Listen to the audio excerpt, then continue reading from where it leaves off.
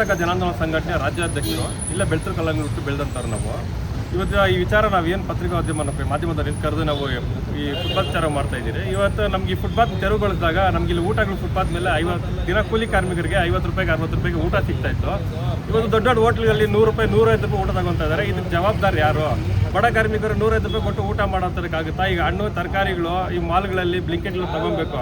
ರೋಡ್ಗಳಲ್ಲಿ ಸಿಗ್ತಾ ಸೊಪ್ಪು 30 ರೂಪಾಯಿ 40 ರೂಪಾಯಿ ಸಿಗ್ತಾ ಇದೆ ಸೊಪ್ಪು, ಮಾಲ್ಗಳಲ್ಲಿ 80 ರೂಪಾಯಿ 90 ರೂಪಾಯಿ ತಗೊತಾ ಇದ್ದಾರೆ. ಹಣ್ಣು ಹಂಪಲುಗಳು ಕೆಜಿ 100-120 ರೂಪಾಯಿ ಇದ್ದಂಥದ್ದು ಮಾಲ್ಗಳಲ್ಲಿ 100-200 ರೂಪಾಯಿ ಆಗಿದೆ.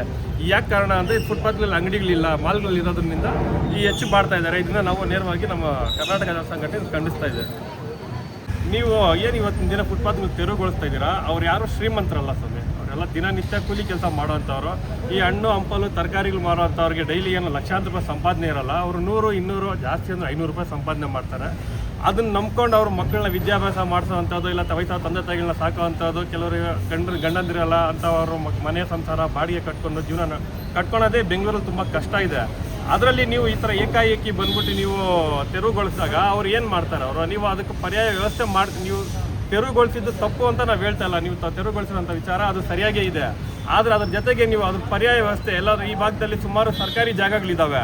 ಅದನ್ನು ಕೆಲವು ಬಿಲ್ಡರ್ಗಳು ಅವರೆಲ್ಲ ಒತ್ತುವರಿ ಮಾಡಿಕೊಂಡು ಕಾಂಪೌಂಡ್ ಹಾಕ್ಕೊಂಡಿದ್ದಾರೆ.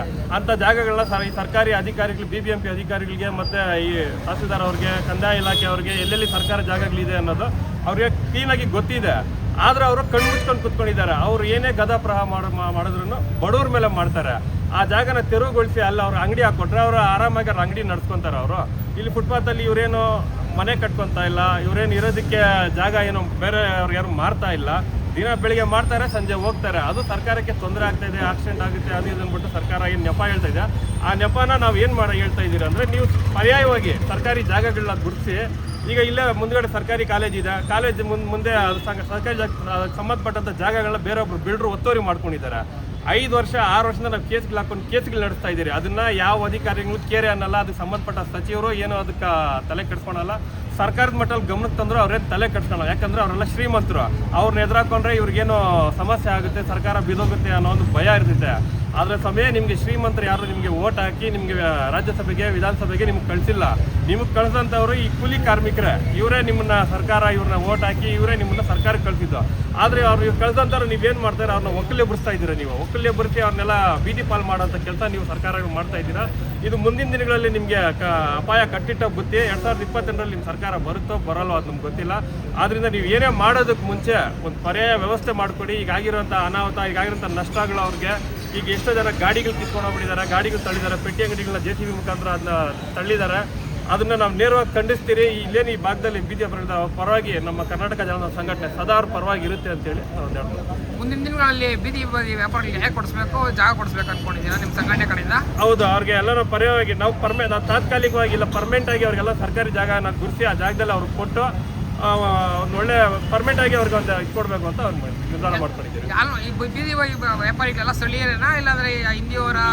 ಅವರೆಲ್ಲ ಸ್ಥಳೀಯರು ಎಲ್ಲರೂ ಮಿಕ್ಸ್ ಆಗಿ ಮಾಡ್ತಾ ಇದ್ದಾರೆ. ಈ ಮಾದೇವ ನಮ್ದು ಇಡೀ ಬೆಂಗಳೂರು ರಾಜ್ಯದಲ್ಲೇ ಎಲ್ಲಾ ಜಾತಿಯ ಜನಾಂಗದವರು ಇದ್ದಾರೆ. ಅದರಲ್ಲಿ ಇವರೇ ಅವರೇ ಅಂತೆಲ್ಲ ಎಲ್ಲಾ ಜಾತಿಯವರು ಇರೋದ್ರಿಂದ ಅದರಲ್ಲಿ ಇಲ್ಲಿ ಸ್ಥಳೀಯವಾಗಿ ಇವ್ರ ಅಂಗಡಿಗಳು ಏನು ಹಾಕೊಂತಾರ ಅವರಲ್ಲಿರುವಂಥ ಒಗ್ಗಟ್ಟು ಅದು. ಅವ್ರನ್ನ ನಾವು ಬಂದ್ಬಿಟ್ಟು ನೀವು ಹಿಂದಿಯವ್ರನ್ನ ಕೊಡಬೇಡ್ರಿ, ನೀವು ಕಲ್ಕತ್ತಾ ದಿಲ್ಲಿಯವ್ರು ಆ ಕಡೆಯವ್ರು ಕೊಡಬೇಡ್ರಿ, ಲೋಕಲ್ ಅವ್ರು ಕೊಡ್ರಿ ಅಂತ ಹೇಳಕ್ ಬರಲ್ಲ. ಅದನ್ನ ನೀವು ಇಲ್ಲಿ ಜೊತೆಯಲ್ಲಿ ಇರೋಂಥವ್ರು ನೀವು ಅನುಸರಿಸ್ಕೊಂಡು ಯಾರು ಕೊಡಬೇಕು ಯಾರನ್ನ ಕೊಡಬಾರ್ದು ಅಂದ್ಬಿಟ್ಟು ನೀವು ನಿರ್ಧಾರ ಮಾಡ್ಕೊಂಡು ಮಾಡಬೇಕು ಅಂತೇಳಿ ನಾನು ಹೇಳ್ಬಿಟ್ಟು ಮುಗಿಸ್ತೀನಿ.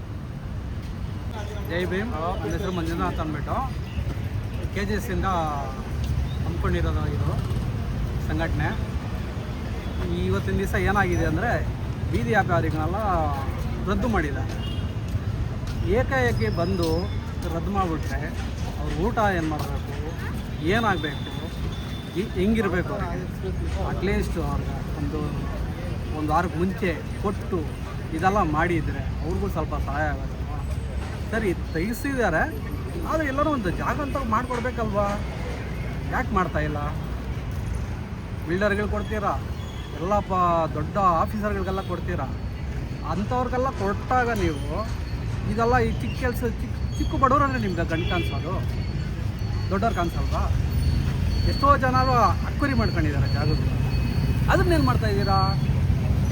ಆ ಜಾಗ ಇದ್ದಾಗ ಅಟ್ಲೀಸ್ಟ್ ಇವ್ರಿಗೆಲ್ಲ ಕೊಟ್ಬಿಟ್ಟು ಅದಕ್ಕೊಂದು ಸ್ವಲ್ಪ ಇದು ಮಾಡಿ ಸೌಕರ್ಯ ಮಾಡಿಕೊಟ್ಬಿಟ್ಟು ಉಸುಕ್ ಕಾಸು ಸ್ವಲ್ಪ ತೊಗೊಬೋದಲ್ವಾ? ಪರ್ಮಿಷನ್ ಕೊಟ್ಬಿಟ್ಟು ಮಂತ್ಲಿ ಇಷ್ಟು ಅಂತ ಕೊಡ್ಬೋದಲ್ವಾ? ಇದೆಲ್ಲ ಯಾಕೆ ಮಾಡಲ್ಲ ಅವರು? ಯಾಕೆ ದೊಡ್ಡವ್ರಿಗೇನಾ ಗೊತ್ತಾಗೋದು? ಅದಕ್ಕೋಸ್ಕರ ಈ ನಮ್ಮ ಸಂಘಟನೆಯಿಂದ ಇವತ್ತಿನ ದಿವಸ ಹಮ್ಮಿಕೊಂಡಿದ್ದೀವಿ. ನಾಳೆ ದಿವಸ ಹಿಂಗೆ ಆಗ್ತಾಯಿದ್ರೆ ಮುಂದಕ್ಕೆ ದೊಡ್ಡ ಹೋರಾಟ ಆಗುತ್ತೆ ಅಂತ ನನ್ನ ಮಾತನ್ನು ಮುಗಿಸ್ತಾ ಇದ್ದೀನಿ. ಜೈ ಭೀಮ್.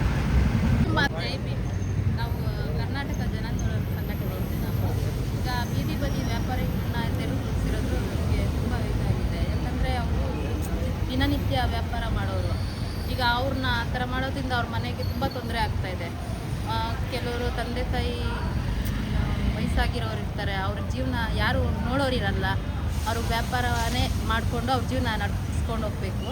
ಆ ಥರದ್ರಲ್ಲಿ ಅವ್ರನ್ನೆಲ್ಲ ಈ ಥರ ಮಾಡಿರೋದು ತುಂಬ ಇದಾಗಿದೆ. ನಮಸ್ಕಾರ, ನನ್ನ ಹೆಸರು ಇಂದ್ರ ಅಂತ. ನಾನು ರಾಜ್ಯ ಉಪಾಧ್ಯಕ್ಷರಾಗಿ ಈ ಸಂಘಟನೆಯಲ್ಲಿ ಸೇವೆ ಸಲ್ಲಿಸ್ತಾ ಇದ್ದೀನಿ.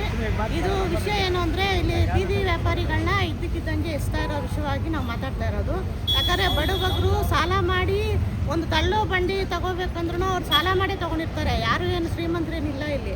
ಹಾಗಾಗಿ ಅವರೆಲ್ಲ ತಗೊಂಡಿರೋ ಸಾಲನ ಇವಾಗ ಎತ್ತಾಕೊಂಡು ಹೋಗ್ಬಿಟ್ರೆ ಸಡನ್ನಾಗಿ ಅದನ್ನು ಅವ್ರು ತಗೋಬೇಕಂದ್ರೂ ಮತ್ತೆ ಸಾಲ ಮಾಡಲೇಬೇಕು. ಆ ಪರಿಸ್ಥಿತಿಯಲ್ಲಿ ಇವಾಗ ಬೈರೇಗೌಡವರು, ಕೃಷ್ಣ ಬೈರೇಗೌಡ ಅವ್ರು ಮಾಡಿರೋದು ಒಳ್ಳೆ ವಿಷಯನೇ. ನಾವು ಕೆಟ್ಟದು ಅಂತ ಹೇಳ್ತಾ ಇಲ್ಲ ಸರ್ಕಾರ ಮಾಡಿರೋದು. ಆದರೆ ಅವ್ರಿಗೂ ಒಂದು ಜಾಗ ಅಲ್ಲಿ ತೋರಿಸ್ಬೇಕಲ್ವಾ? ಇಲ್ಲಿ ಮಾಡಬೇಡಿ ಅಂದಮೇಲೆ ಇನ್ನೊಂದು ಪರಿಹಾರ ನಮಗೆ ಬೀದಿ ಬದಿ ವ್ಯಾಪಾರಿಗಳಿಗೆ ಪರಿಹಾರ ಕೊಡಲೇಬೇಕು. ಹಾಗಾಗಿ ನಾವು ಕೇಳ್ಕೊಳೋದೇನು ಅಂದರೆ, ಈಗ ಎತ್ಸಿದ್ದೀರಾ, ನಾವು ಅದಕ್ಕೆ ಅಭ್ಯಂತರ ಮಾಡ್ತಾ ಇಲ್ಲ. ಆದರೆ ಅವ್ರಿಗೂ ಬೀದಿ ಬದಿ ವ್ಯಾಪಾರಿಗಳಿಗೂ ಬದುಕೋಕ್ಕೆ ಅವಕಾಶ ಕೊಡಿ, ಎಲ್ಲರೂ ದಾರಿ ನೀವೇ ತೋರಿಸ್ಕೊಡ್ಬೇಕು ಅಂತ ನಾವು ಕೇಳ್ಕೊತಾ ಇದ್ದೀವಿ. ಹೆಲ್ಮೆಟ್ ಇಲ್ಲ, ಅದಿಲ್ಲ, ಇದಿಲ್ಲ ಅಂತ ಸಾವಿರಾರು ರೂಪಾಯಿಗಟ್ಟಲೆ ಕಲೆಕ್ಷನ್ ಮಾಡೋದು ಗೊತ್ತಾಗುತ್ತೆ ಅವ್ರಿಗೆ. ಅದೇ ಟ್ರಾಫಿಕ್ ಅವ್ರು ಬಂದುಬಿಟ್ಟು GB ಅಧಿಕಾರಿಗಳಾಗಿರ್ಬೋದು, ಅಧಿಕಾರಿಗಳನ್ನೆಲ್ಲ ಕರೆಸಿ ಈ ರೀತಿಯಲ್ಲಿ ಗುಂಡಿ ಬಿದ್ದಿದೆ, ಈ ರೀತಿಯಲ್ಲಿ ಇದಾಗಿದೆ ಅಂತ ಅಂದ್ಬಿಟ್ಟು ಸಮಸ್ಯೆ ಏನಕ್ಕೆ ಟ್ರೀಟ್ ಮಾಡಲ್ಲ ನೀವು, ಬಗೆಹರಿಸಲ್ಲ ನೀವು? ಎಲ್ಲರ ಕಣ್ಣು ಕಾಣಿಸೋದು ಬರೀ ಬಡವರೇ ಕಾಣಿಸೋದ ನಿಮಗೆ? ಅವ್ರನ್ನ ಎತ್ತಂಗಡಿ ಮಾಡಿಸ್ಬಿಟ್ರೆ ಗೇಟ್ ಆಗ್ಬಿಡ್ತದ ಬೆಂಗಳೂರು ನಿಮಗೆ? ಅದು ಬಿಟ್ಟು ಅಧಿಕಾರಿಗಳು ಬಂದ್ಬಿಟ್ಟು ಸುಮ್ಮನೆ ಅಲ್ಲೇ ಟ್ರಾಫಿಕ್ ಆಗಿರುತ್ತೆ, ಕಣ್ಮುಂದೆನೇ ಇರುತ್ತೆ. ನಾವು ಎಷ್ಟೊಂದು ಸತಿ ಅಬ್ಸರ್ವ್ಗಳು ಮಾಡಿದ್ದೀವಿ, ಕಣ್ಮುಂದೆನೇ ಆಗಿರ್ತದೆ. ಅಲ್ಲಿ ಯಾರು ಏನು ಮಾಡ್ತಾ ಇರಲ್ಲ, ಆರಾಮಾಗಿ ಅಲ್ಲೋಗ್ಬಿಟ್ಟು ಒಂದು 7-8 ಜನ ಗುಂಪು ಕಟ್ಕೊಂಡು ಗಾಡಿಗಳು ಹಾಕೊಂಡು ಕಲೆಕ್ಷನ್ ಮಾಡ್ತಾ ಇರ್ತಾರೆ. ಈ ಕಡೆ ಬಂದರೆ BBMP ಅಧಿಕಾರಿಗಳು ಏನು ಮಾಡ್ತಾರೆ, ಎಲ್ಲರ ಹತ್ರನೇ ಕಲೆಕ್ಷನ್ಗಳು ಮಾಡ್ತಾ ಇದ್ದಾರೆ. ಇಲ್ಲಿ ಎಲ್ಲರನ್ನೂ ಕೇಳ್ಕೊಳ್ಳಿ ನೀವು, ಡೈಲಿ 50 ರೂಪಾಯಿ 60 ರೂಪಾಯಿ ಕಲೆಕ್ಷನ್ ಅನ್ನೋದು ಮಾಡ್ತಾರೆ. ಇವಾಗ ಇಲ್ಲಿ ಹಾಕ್ಬಾರ್ದು ಅಂತ ಅನ್ಕೊಂಡ್ರೆ 50-60 ರೂಪಾಯಿ ಏನಕ್ಕೆ ಕಲೆಕ್ಷನ್ ಮಾಡಬೇಕಿತ್ತು ಇವರು? ಅಂದರೆ ಇದೆಲ್ಲ ಏನಕ್ಕೆ ಮಾಡ್ತಾರೆ ಅಂದರೆ, ಶ್ರೀಮಂತರಿಗೆ ಮಾತ್ರ ಅವ್ರು ಬಂದು ರೋಡ್ ಸೈಡಲ್ಲಿ ಪಾರ್ಕಿಂಗ್ ಆದರೂ ಮಾಡ್ಕೊಬೋದು, ಬ್ಯಾರಿಕೇಡ್ಗಳು ಹಾಕೊಂಡ್ಬಿಡ್ತಾರೆ ಎಲ್ಲಿ ಫುಟ್ಪಾತ್ಗಳಲ್ಲಿ. ಅದನ್ನೆಲ್ಲ ತೆರವು ಅನ್ನೋದು ಮಾಡಿಸಲ್ಲ ನೀವು. ಸೊ ಇದನ್ನು ಖಂಡಿಸ್ತೀವಿ ನಾವು. ಸೊ ಅವ್ರಿಗೆ ಏನಾದರೂ ಒಂದು ನ್ಯಾಯನ ಕೊಡಿಸ್ಬೇಕು ಅಂತ ಅಂದ್ಬಿಟ್ಟು ಕೇಳ್ಕೊಳ್ತೀವಿ. ಸೊ ಅವ್ರಿಗೆ ಆಲ್ಟರ್ನೇಟಿವ್ ಆಗಿ ಅವ್ರಿಗೇನೋ ಸ್ವಲ್ಪ ಫಂಡ್ಸ್ ಕೊಡೋದಾಗಿರ್ಬೋದು, ಸೊ ಸರ್ಕಾರದ ಕಡೆಯಿಂದ ಧನ ಸಹಾಯ ಮಾಡಿ ಅವ್ರಿಗೊಂದು ಜಾಗನ ವ್ಯವಸ್ಥೆ ಮಾಡಿಕೊಡಿ ಅಂತ ಅಂದ್ಬಿಟ್ಟು ಕೇಳ್ತೀವಿ.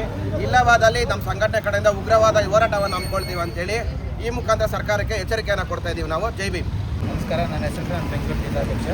ಇವತ್ತೇನು ಈ ಪ್ರೆಸ್ ಮೀಟ್ ಮಾಡ್ತಾ ಇದ್ದೀವಿ ನಮ್ಮ ರಾಜ್ಯಾಧ್ಯಕ್ಷರ ಸುಹೇಲ್ ಕಡೆಯಿಂದ. ಈ ಬೀದಿ ಬದಿ ವ್ಯಾಪಾರಿಗಳಿಗೆ ಸರ್ಕಾರದಿಂದ ಏನೋ ನೋಟಿಸ್ ಇಲ್ಲದೇ ಏಕಾಏಕಿ ಬೀದಿ ಬದಿ ವ್ಯಾಪಾರಗಳು ಎತ್ತು ಅಂತ ಇದ್ದಾರೆ. ಪಾಪ ಅವರು ಎಲ್ಲೋಗ್ಬೇಕು, ಅವ್ರ ಓಟ್ಗಳು ಮಾತ್ರ ನಿಮಗೆ ಬೇಕು.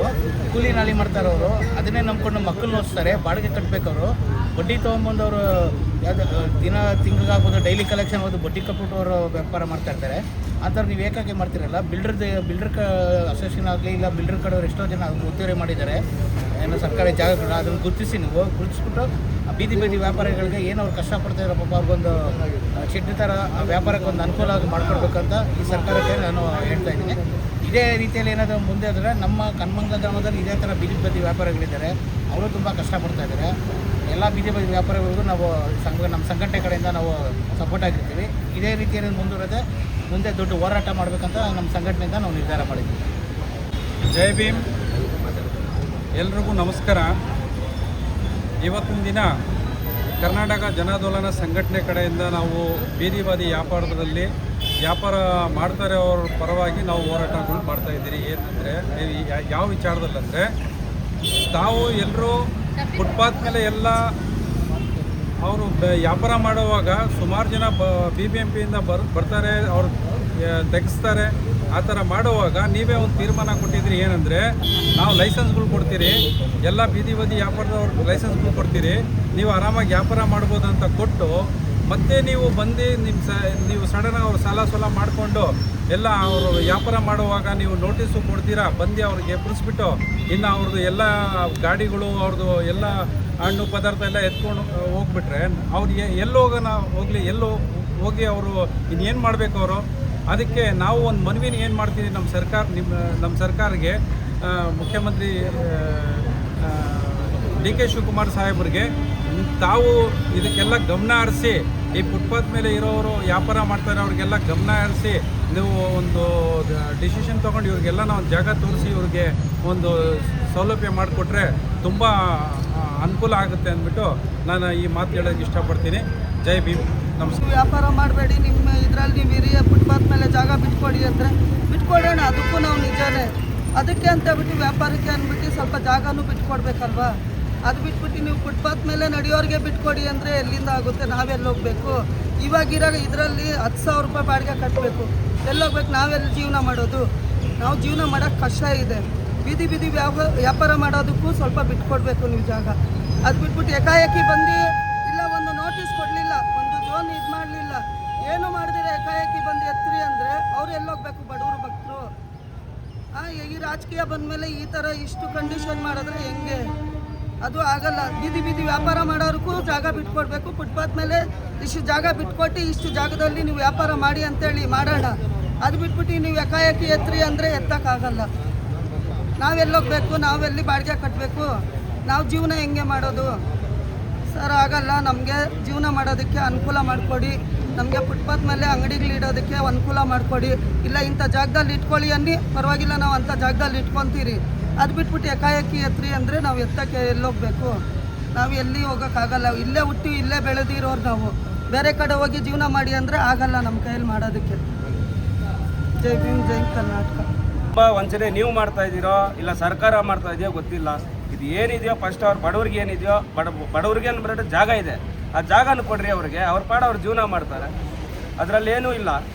ಎಷ್ಟೋ ಜನ ಬಿಲ್ಡ್ರು ಬರ್ತಾರೆ, ಸರ್ ನಮಗೆ ಇಷ್ಟು ಬೇಕು ಅಂತ ಕೇಳ್ತಾರೆ. ಯಾಕೆ ಆರಾಮಾಗಿ ನೀವು ಅಮೌಂಟ್ ತೊಗೊಂಡು ನಿಮ್ಮ ಪಾಡಕ್ಕೆ ನಿಮ್ಮ ಮನೇಲಿ ಇದ್ಬಿಟ್ಟು ತೊಗೊಂಡ್ಬಿಡ್ತೀರಾ. ಅದೇ ಜಾಗನ ಬಡವ್ರಿಗೆ ಕೊಡ್ರಿ, ಅವ್ರು ಜೀವನ ಮಾಡ್ತಾರೆ. ಇಂಥವ್ರು ಬಂದು ಹಿಂಗೆ ಮಾಡಿದ್ರಪ್ಪ ನಮಗೆ ನಮ್ಮ ಕ್ಷೇತ್ರದಲ್ಲಿ ಇಂಥವ್ರು ಬಂದು ಎಲೆಕ್ಷನ್ ಅನ್ನೋದು ಎಲ್ರಿಗೂ ಬರುತ್ತೆ. ಎಲ್ಲ ಓಟ್ಗೆ ಮಾತ್ರ ಅಕ್ಕ ಅಣ್ಣ ಅಪ್ಪ ಅಂದ್ಕೊಂಡು ಎಲ್ಲ ಹೋಗ್ತಾರೆ. ಬಟ್ ಇದು ಅವ್ರಿಗೇನೋ ತೊಂದರೆ ಆದಾಗ ಮಾತ್ರ ಯಾರೂ ಮುಂದೆ ಬರೋಲ್ಲ.